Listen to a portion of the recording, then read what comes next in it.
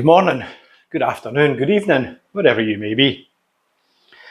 Okay, so we all know I've just been back to the UK. I've been back in Scotland and I had a bit of a bucket list for food while I was back. My bucket list contained Chinese, more specifically deep fried crispy beef with chilli and honey sauce. So one night I treated my kids and my grandkid to a Chinese and we bought a bit of a buffet. Needless to say, one of the things that we bought was deep fried crispy beef with chilli and honey sauce. Other things I wanted were beef curry, a chicken chow mein, salt and pepper chips, salt and pepper chicken. So we got the whole lot and it was delicious. So that one was ticked off. I also wanted fish and chips. So just off Long Nidri, in one of the car parks at the beach, there's a fish and chip van called Alanda's, and their fish and chips is fantastic. They don't do anything else. I think they do battered prawns and they do fish and chips. You won't get haggis, black pudding, white pudding, smoked sausage, anything else like that. It's basically fish and chips. So we had that. That was expensive. However, if you go, which I strongly advise you do if you're in the area, you will have a wait if you go at peak busy times. It is very popular. The reason it's popular is because everything's freshly made. They take your order, then they cook it for you. So you will be hanging about, sometimes up to an hour and a half, but it is worth it. So that was another ticked off the list. Another one was lamb dansak from my local Indian where I used to live in Haddington. Probably the best Indian restaurant in East Lothian, and they do the most incredible lamb dansak. So that was ticked off the list. Haggis. Now I didn't have traditional haggis, neeps and tatties. What I had was haggis bonbons, and I had them a few times and they are absolutely fantastic with brown sauce.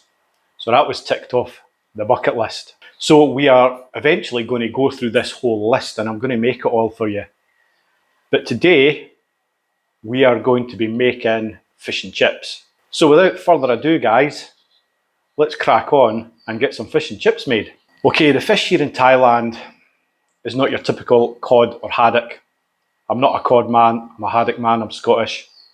You can't beat a good old bit North Sea haddock, but unfortunately you don't get either of those here. Now what I'm using is a fish called Pangasus.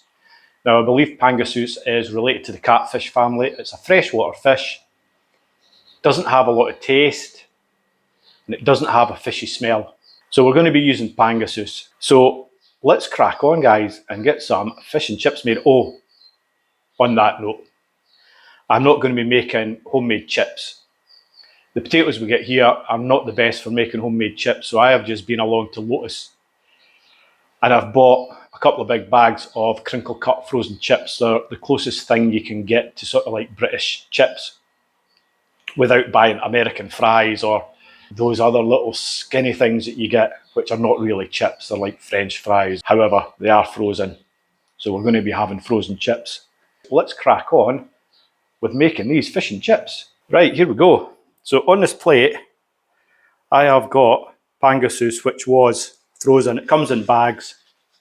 You can buy it in Macro, you can buy it in Lotus. So I've defrosted this on some kitchen paper. I put some salt on it to draw the water out.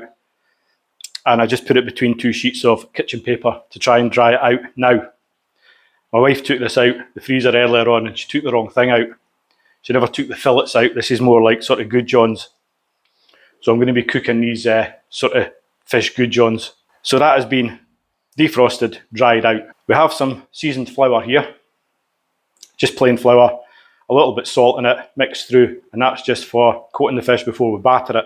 In this bowl we have sifted 100 grams of plain flour, approximately 30 grams of cornstarch, 4 grams of baking soda. Now if you want a really nice yellow colour, you can put 4 grams of turmeric in it, turmeric, whatever you call it. I want a little bit colour in it and I want a little bit flavour because the fish is not that flavourful. So I've put 4 grams of cayenne pepper in here. And to this we're going to add approximately 150 grams or 150 ml of ice cold soda water. We're not going to whisk this, we're just going to pour the soda water in, give it a mix through, then put it in the fridge. If you whisk it, you will take all the air out the soda water. Also there's no salt in here. That will also decarbonate it. so don't worry about putting salt in it. So let's get this batter made. So I'm using Singa soda water. This is 325 ml, I believe. So we are going to use just over half of this. We're just going to use about half of this, just over half. Now this is straight out the fridge, it's ice cold. So we're just going to pour this in.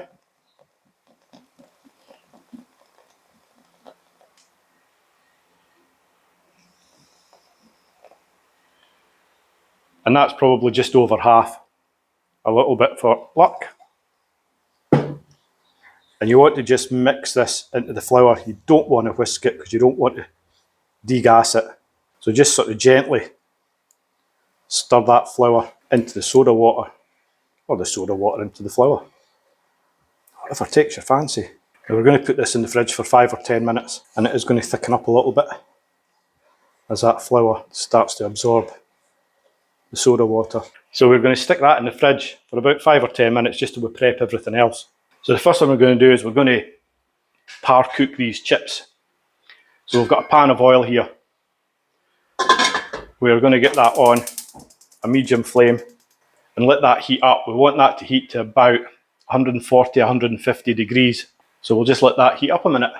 Okay, I don't know if you can see that, but that's 150, 151, 152 degrees. So that's perfect for getting these chips in. So we are going to get some of these crinkle cut chips.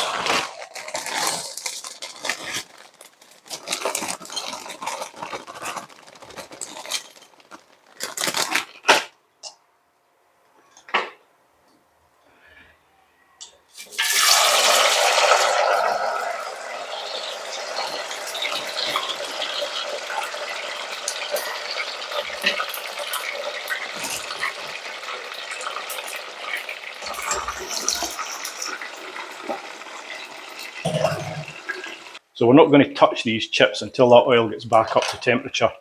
So we're only sort of blanching, par cooking these chips.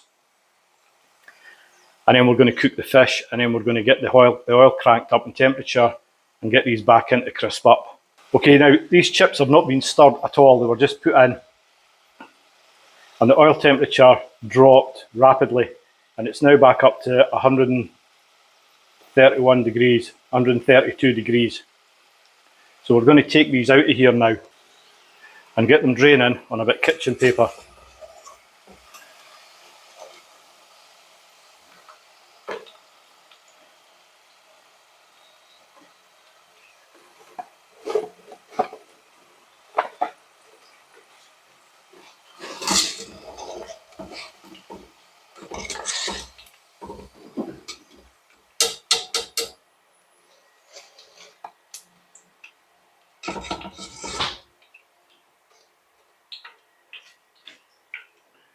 So you'll see these are just sort of par cooked, lightly blanched. They are cooked, they are crispy, but they're going back into crisp up after the fish. So this batter has had about 10 minutes in the fridge. So what we're going to do is we are just going to coat. Now this is going to take me a while, so I'm just going to show you it once it's done. We are going to coat this fish, which is now quite dry, in this flour. And we're going to get that in to fry. So that's the first lot in. I don't know if you can hear that in the background, sizzling away. Now this is not thick fish, so we're not going to cook this to death.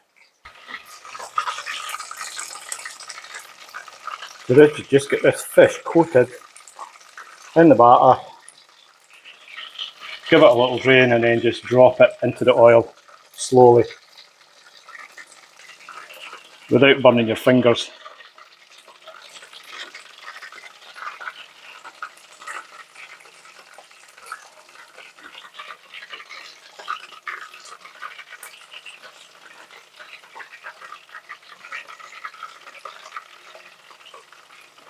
Now you might see lots of little bits, they're not going to waste.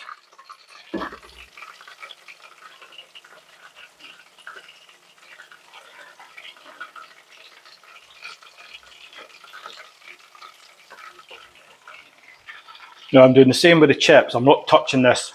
It'll sink to the bottom. Once it's cooked, it'll come to the top. So that oil is now back up to about 150 degrees. We're going to get this fish out of here and let it drain on some kitchen paper while we recook these chips.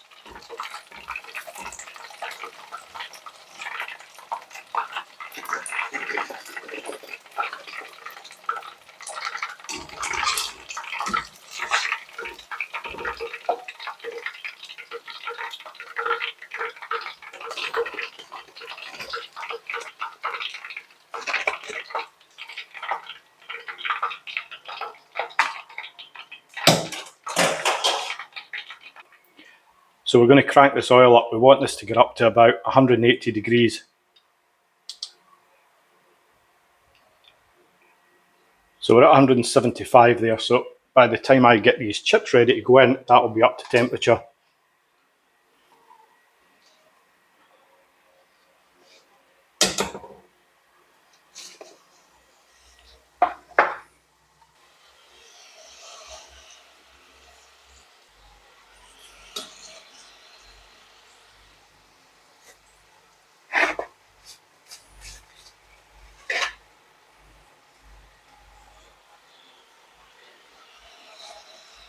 Again, we're not going to touch these, we're just going to let them fry for about 2 to 3 minutes. So these are colouring nicely. They're on top of the oil, you know they're cooked. We're just waiting on them going golden. What sauce? So let's have a look at this batter. Lovely, lovely and crispy, perfect. So let's tuck in and see how it is.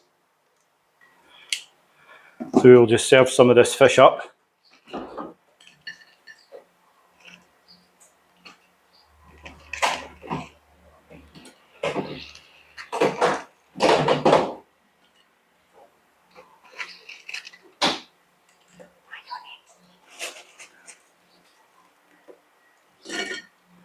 It looks like mayonnaise is going on the chips.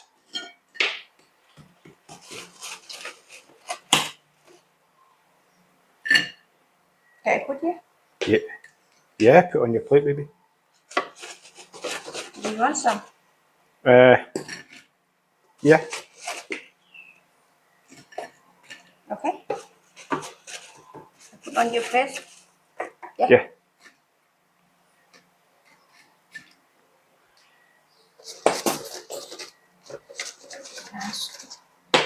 Banana. Tomato. So there we have it, guys. Fish and chips. And it's not even Friday. And what's going on it? Well, I've got a wee accompaniment of mayonnaise here. And what do you need on fish and chips? Lashings of Mediterranean sea salt. Table's getting its fair share here. And I am going to have some of my homemade brown sauce. These chips are fantastic. I wouldn't go to the extent of making them. There's no need. These are brilliant.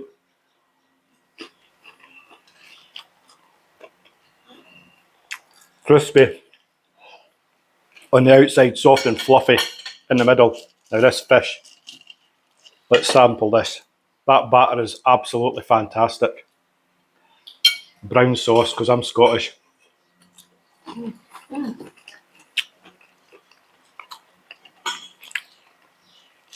Yeah, lovely. Absolutely lovely.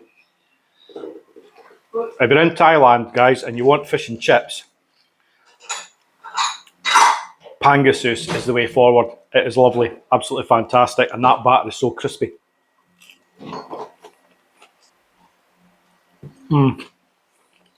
Thai sauce. Sweet chili sauce, because we're in Thailand. Yeah.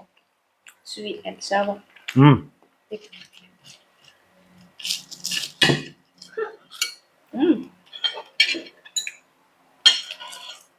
They like to have it fried. Yeah, in Thailand they like to have this sauce with anything fried. Chicken, fish, let's try a wee bit.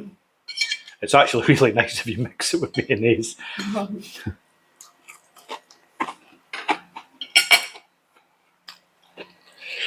Hot. That fish is lovely.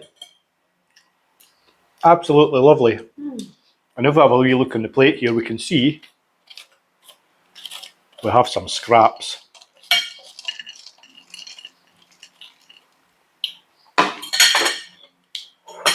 Good hand with it. That's it, guys. I'm going to sit and enjoy this. It's fantastic. Give it a bash. Like I say, Pangasus. You can buy full fillets, which we've got in the cupboard, in the freezer, which we'll do next time. But these are cracking. Absolutely fantastic. So if you like that video, guys, give me a wee thumbs up. Subscribe to the channel. Hit that notification bell. And you'll be notified when there's a lamb dance sack on the go. Possibly haggis bonbons, or maybe even crispy beef and chilli and honey sauce. So thank you so much for watching. I will catch you in the next one, guys. Goodbye for now.